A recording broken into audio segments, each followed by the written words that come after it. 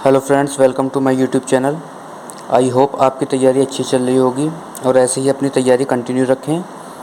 आज मैं इस वीडियो में आपको ये सीटिंग अरेंजमेंट का एक क्वेश्चन है जो प्रीलिम्स लेवल का बेसिक क्वेश्चन है, ये आपको सॉल्व करके बताऊंगा। तो चलिए स्टार्ट करते हैं। सबसे पहले हम इस क्वेश्चन को रीड करेंगे जल्दी जल्दी। अगर आपको मैं समझाने के लिए थोड़ा आराम से रीड करके बताऊँगा। 6 person are sitting in a triangle table such that 3 of them sit at the corner of the table। इसमें ये कह रहा है कि 6 पर्सन जो आपके ट्रायंगल टेबल पर बैठे हैं, जिसमें से कि 3 जो है कॉर्नर पर बैठते हैं and 3 of them sit at the middle, और 3 उसमें मिडिल पर बैठते हैं। और जो आपके कॉर्नर पर बैठेंगे वो सेंटर की तरफ देख के फेस करेंगे, और जो मिडिल पर बैठेंगे who sit at the middle of the side of the table faces outside the centre, वो बाहर की तरफ उनका फेस होगा। तो सबसे पहले हम ये ड्रॉ कर लेते हैं जो इन्होंने बोला है कि पहले हम ट्रायंगल बना लेंगे।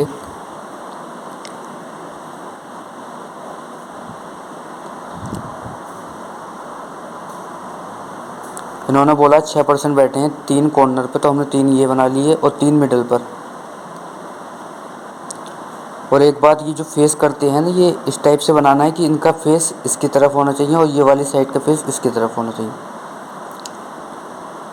अब इसमें क्वेश्चन में बोला है कि जो कॉर्नर पे बैठे हैं who sits at the corner, जो टुवर्ड्स सेंटर की तरफ वो फेस करते हैं। तो आप इसमें कोई सा भी एक डायरेक्शन बना लीजिए ताकि आपको टाइम ज़्यादा नहीं लगे। मैं ये जो आउटसाइड फेस करेंगे मिडिल वाले, इनका डायरेक्शन बना लेता हूँ, और जिनका नहीं बना रहा हूँ तो ये आप समझ लेना कि ये इनसाइड है। अगर आप बनाना चाहते हैं स्टार्टिंग में तो आप कर सकते हैं कि आप ये इनसाइड देख रहा है, बट एग्ज़ाम में मैं नहीं बनाता क्योंकि इसमें टाइम ज़्यादा लगता है, तो एक के ही डायरेक्शन में बना लेता हूँ अगर इनसाइड आउटसाइड दोनों दे रखे हैं तो। मैंने आपको समझाने की वजह से दोनों डायरेक्शन ही ड्रॉ कर लिए हैं ताकि आपको समझने में कोई प्रॉब्लम नहीं हो। अब हम ये रीड करेंगे कि ये जो मेन क्वेश्चन आपका यहाँ से होगा स्टार्ट। क्वेश्चन तो ये भी है, डायरेक्शन दे रखी है, तो इसे आपको जल्दी जल्दी पढ़ना है ताकि इसमें ज़्यादा टाइम नहीं लगे। यहाँ से आपको स्टार्ट करना है कि only 1 person sits between A and B. तो हम सबसे पहले इसे हिंट के तौर पर अगर आप देखें लिख लेंगे, क्योंकि हमें नहीं पता ए कहाँ बैठेगा और बी कहाँ बैठेगा, कॉर्नर पे या मिडिल पर। फिर उसके बाद है V sits second to the left of सी।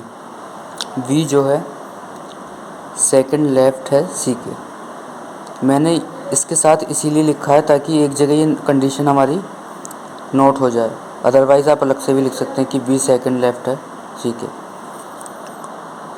फिर इसमें लिखा है E sits second to the right of F. इसे भी हम हिंट के तौर पे ही लिखेंगे, E sits second right to the F. Who is not an immediate neighbour of A. तो हु जो यूज़ हुआ है आपका ये, वो इससे तुरंत पहले जो है, जैसे कि एफ, तो एफ के लिए यूज़ हुआ है, तो जो एफ है वो ए का नेबर नहीं है, एफ ए का नेबर नहीं है। अब डी फेसेस आउटसाइड, डी आपका दे रखा है फेसेस आउटसाइड, तो हम डी को, डी का मतलब फेसेस आउटसाइड, इसका मतलब डी मिड पर बैठा है आपका। अब आप देख सकते हैं यहाँ पर इसमें कोई डेफिनेट कंडीशन हमें नहीं दी गई है क्वेश्चन में कि हम आप बी को कहाँ पर बैठाएं या एफ को कहाँ पर, बस डी का दे रखा है, तो डी से रिलेटेड हमारे पास और कोई हिंट है नहीं। तो सबसे पहले हम क्या करेंगे, यहाँ से स्टार्ट करेंगे क्योंकि इसमें कंडीशन ज़्यादा दे रखी है मैं गिवन इनसे रिलेटेड, तो यहाँ से स्टार्ट कर सकते हैं। अगर आप देखें तो सबसे पहले हम सी को बिठा सकते हैं, आप मिडिल पर बिठा सकते हैं पहले, फिर आपको कॉर्नर पर बिठाना होगा। पहले हम मिड का देख लेते हैं, तो सी के सेकंड लेफ़्ट में है बी, सी के सेकंड लेफ़्ट मतलब कि आउटसाइड है, तो आउटसाइड में हम उल्टा काउंट करेंगे, मतलब अगर आप फेसिंग आपका इनसाइड है तो आप जैसे दे रखा है वैसे ही करना है सेकंड लेफ़्ट में, बट अगर आउटसाइड दे रखा होता है तो इस डायरेक्शन में हमारा हम मानते हैं कि सेकंड लेफ़्ट इस साइड है, तो आप इधर करेंगे तो सेकंड राइट में आ जाएगा इसके बी। अब बी एक छोड़कर ए है, बी एक छोड़कर ए, तो आप यहाँ बिठाएंगे क्योंकि यहाँ पे तो ऑलरेडी सी बैठा हुआ है तो यहाँ नहीं आएगा। अब इसे हम काट देंगे। अब इसके बाद इन्होंने बोला है कि डी मिड पर बैठा है, बट आप देख सकते हैं सारी डी के लिए कोई जगह नहीं बची, तो इसका मतलब हमने जो एज्यूम करा था वो गलत था। सी आपका मिडिल पर नहीं होगा, आपका सी होगा कॉर्नर पर, तो सी को हमने यहाँ बिठा लिया। अब सी के सेकंड लेफ़्ट में, सी के सेकंड लेफ़्ट मतलब यहाँ से, ये आपका बैठा है बी, और बी एक छोड़कर ए आ जाएगा आपका इस साइड।